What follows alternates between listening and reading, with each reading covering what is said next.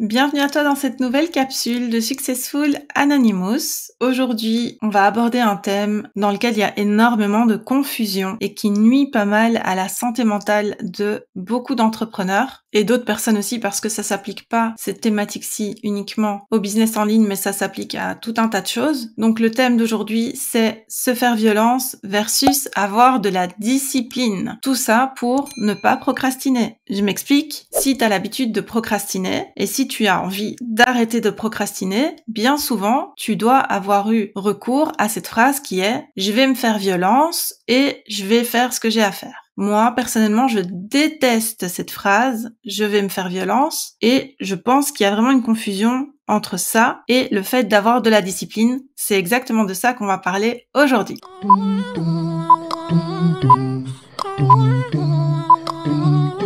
Alors, se faire violence, finalement, c'est quoi et comment est-ce qu'on va pouvoir faire cette mise en évidence entre cette chose qui est hyper néfaste et la discipline qui, elle, est plutôt une alliée? Eh bien, se faire violence, c'est par exemple faire tout ce qui te pousse hors de ta zone de confort. Alors, être hors de sa zone de confort, on entend beaucoup, oui, je vais sortir de ma zone de confort, ça va me faire du bien, ça va me faire évoluer, ça va me faire progresser, etc.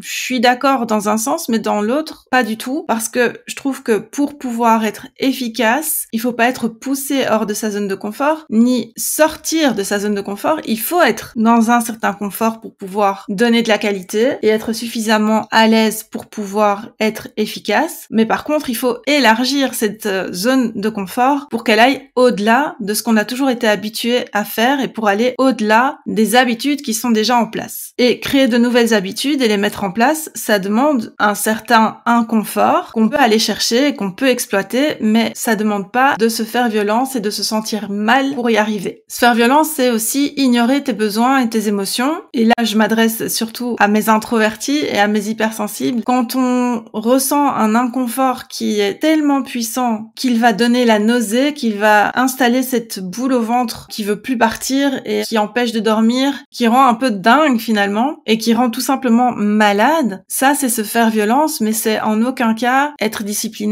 ou faire preuve d'attention vis-à-vis de nos propres besoins ou de nos propres émotions. Donc à partir du moment où physiquement et même mentalement ça peut susciter un sentiment comme ça qui est tellement négatif et tellement violent pour le coup, et c'est pas bon du tout, il y a personne qui doit aller dans cette voie-là, et c'est pas parce qu'on refuse d'emprunter cette voie que ça veut dire qu'on va pas arriver à atteindre les objectifs fixés, etc. Par contre, ça veut dire qu'on va tenir compte des besoins et des émotions qu'on ressent à ce moment-là. Ça, c'est hyper important, parce que de nouveau, il y a rien qui justifie de se mettre dans cet état-là. Et finalement, se faire violence, c'est aussi causer beaucoup de stress et d'épuisement, forcément, parce que, je sais pas si ça t'est déjà arrivé, de faire quelque chose contre ton gré, contre ton envie, professionnellement, des fois même personnellement. Je sais pas si t'as déjà accepté de te rendre dans un magasin ou d'aller à une fête ou quelque chose comme ça, à laquelle t'avais absolument pas envie d'aller, parce que ta nature, en fait, c'est de pas aller dans ce genre d'endroit ou dans ce genre d'événement, ou en tout cas, à ce moment-là, ça te convenait pas, et tu l'as quand même fait. Moi, j'aimerais bien savoir si t'as pas fallu plus de 3, 4, 5 jours pour t'en remettre.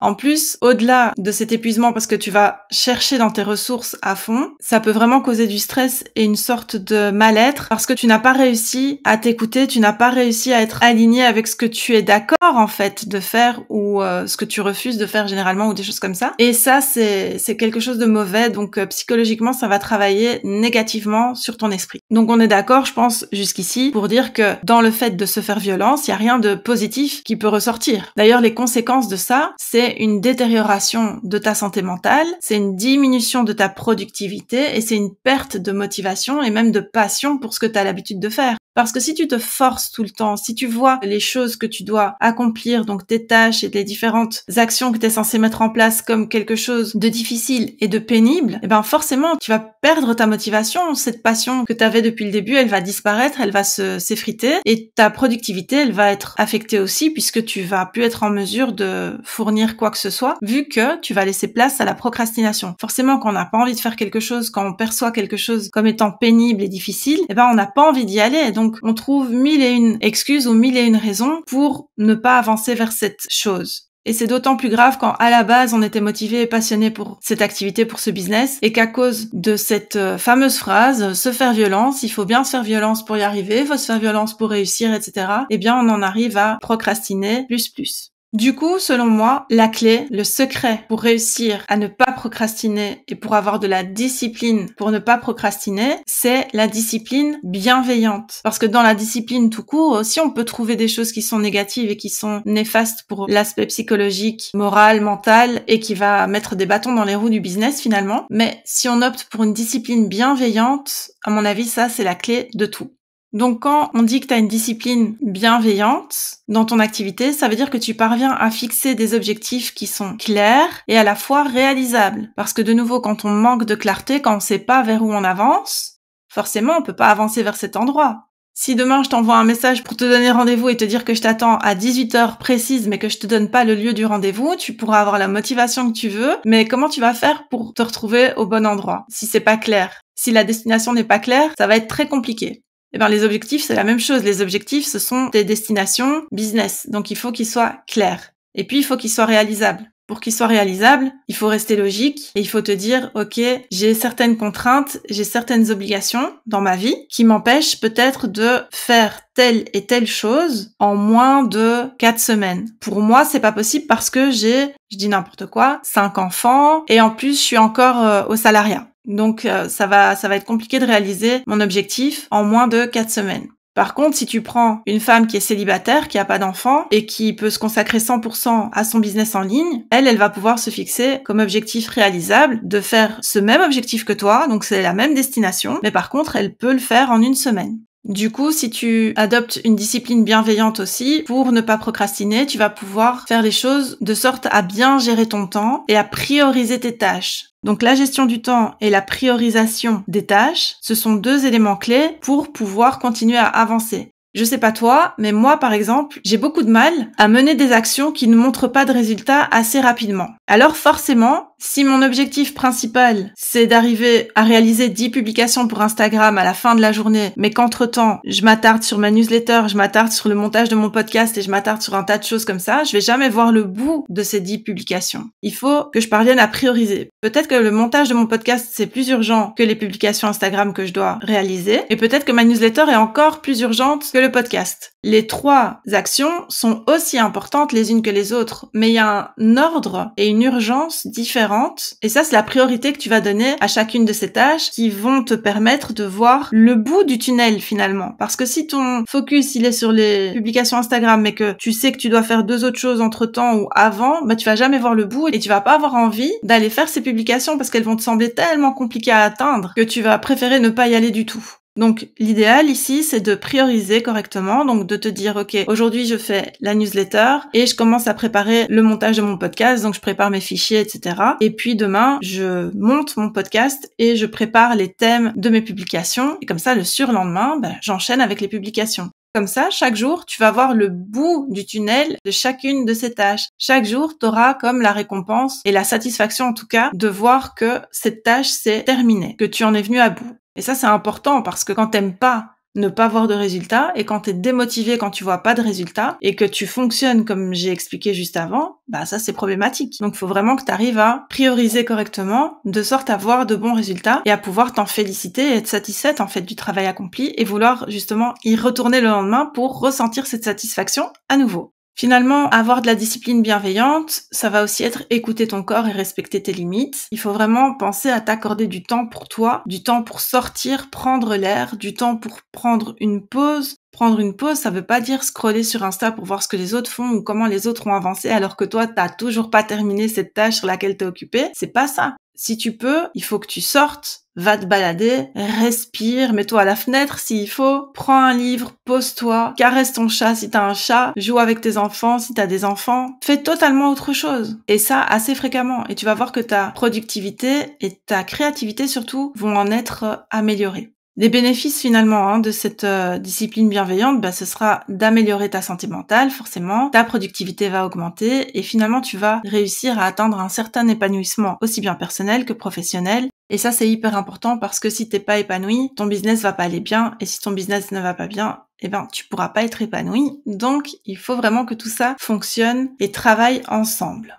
Donc depuis là tout à l'heure je te parle de discipline bienveillante. parce que si cette discipline, elle est pas bienveillante, donc si elle est pas à ton écoute, tu vas avoir du mal à adopter cette discipline sans te faire violence. Alors le meilleur moyen pour réussir à adopter cette discipline bienveillante, c'est de prendre le temps de te connaître, de savoir comment tu fonctionnes, de trouver ton propre rythme de travail et d'adopter des routines qui vont te ressourcer. Te connaître et connaître ton rythme de travail, ça c'est pas compliqué. Tu peux par exemple prendre un journal, noter les moments où tu te sens le plus productive, les moments où c'est plus difficile, les moments où tu as du temps, ceux où tu n'en as pas. Est-ce que t'es plus productive le matin? Est-ce que t'es plutôt un oiseau de nuit qui va être plus productive en soirée ou même pendant la nuit? Tout ça, c'est important parce que en respectant des rythmes de travail qui te correspondent et en étant attentive au moment où t'es le plus productive, etc., tu te facilites déjà la tâche en amont puisque ça veut dire que t'es alerte et que tu tends l'oreille à tes propres besoins. Ça sert à rien de mettre ton réveil à 5 heures du matin tous les jours si tu sais que t'as besoin de dormir au moins jusque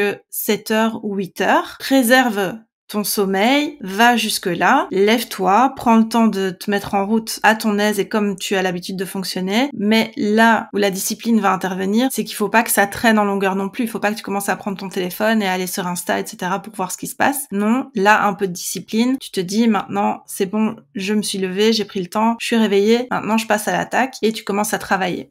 Si tu sais que le matin c'est pas fait pour toi et que le matin t'as besoin de profiter pour, je sais pas moi, tu vas courir ou tu vas faire du vélo ou tu emmènes les enfants et tu sais que t'es vraiment à 100% focus à partir de 16h ou 18h, et bien tu commences à partir de ce moment-là et donc t'organises le reste de ta journée et de ta semaine en fonction de ces facilités-là que tu as pour travailler. Et après, il n'y a pas de règle qui est figée, hein. Tu peux faire évoluer les choses. Pour te donner un exemple concret, moi je sais que j'ai besoin de sommeil. Si je dors pas, ça va pas. Par contre, je sais que je fonctionne aussi très bien sans sommeil. Mais je me sens mieux quand j'ai bien dormi. Ce qui fait que dans une organisation classique, on va dire, de mes journées, quand il n'y a pas spécialement un lancement ou quoi que ce soit, j'ai besoin d'aller me coucher à une heure raisonnable et par contre, j'aime me lever tôt. Donc comme ça, je peux me lever tôt et recommencer tôt le matin. Ça, on va dire que c'est ce qui est classique. Mais comme je suis attentive à mon fonctionnement, comme j'écoute mes tripes, on va dire, et que je commence quand même à me connaître, avec ce nombre d'années grandissant, je sais aussi que quand un lancement se présente, par exemple, un lancement d'offre ou une formation qui arrive, je vais être beaucoup plus angoissée. Ça, c'est parce que je suis quelqu'un qui souffre d'anxiété généralisée. Mais l'anxiété, là, elle va venir encore plus fort. Mais je sais que ça va se passer comme ça. Donc, qu'est-ce que je fais? Je lutte pas non plus pour me mettre au lit et rester comme ça avec les yeux grands ouverts. Je sais que pendant une période de 5 à 7 jours,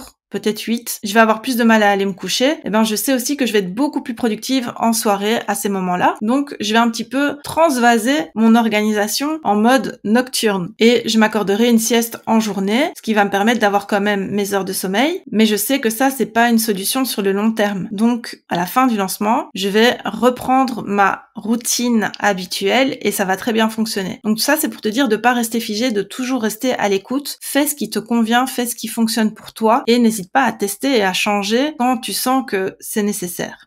En résumé, faut que tu saches que si tu te fais violence, tu te fais du tort vraiment à toi-même, mais aussi à ton business. Cette expression se faire violence, fais-moi plaisir, supprime-la totalement de ton vocabulaire.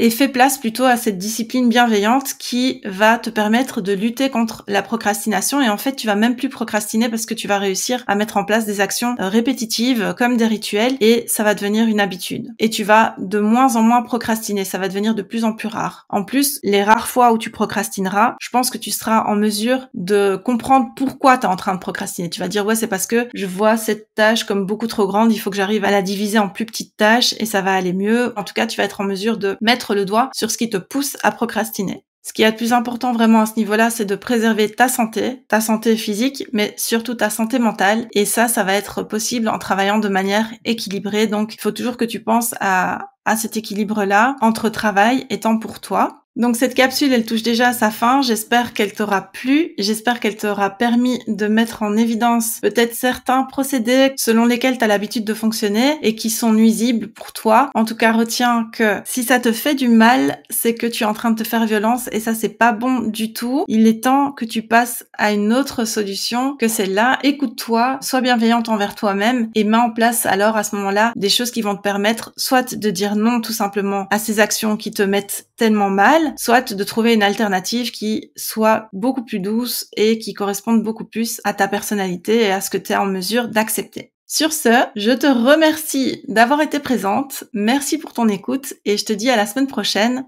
Prends bien soin de toi, c'est essentiel.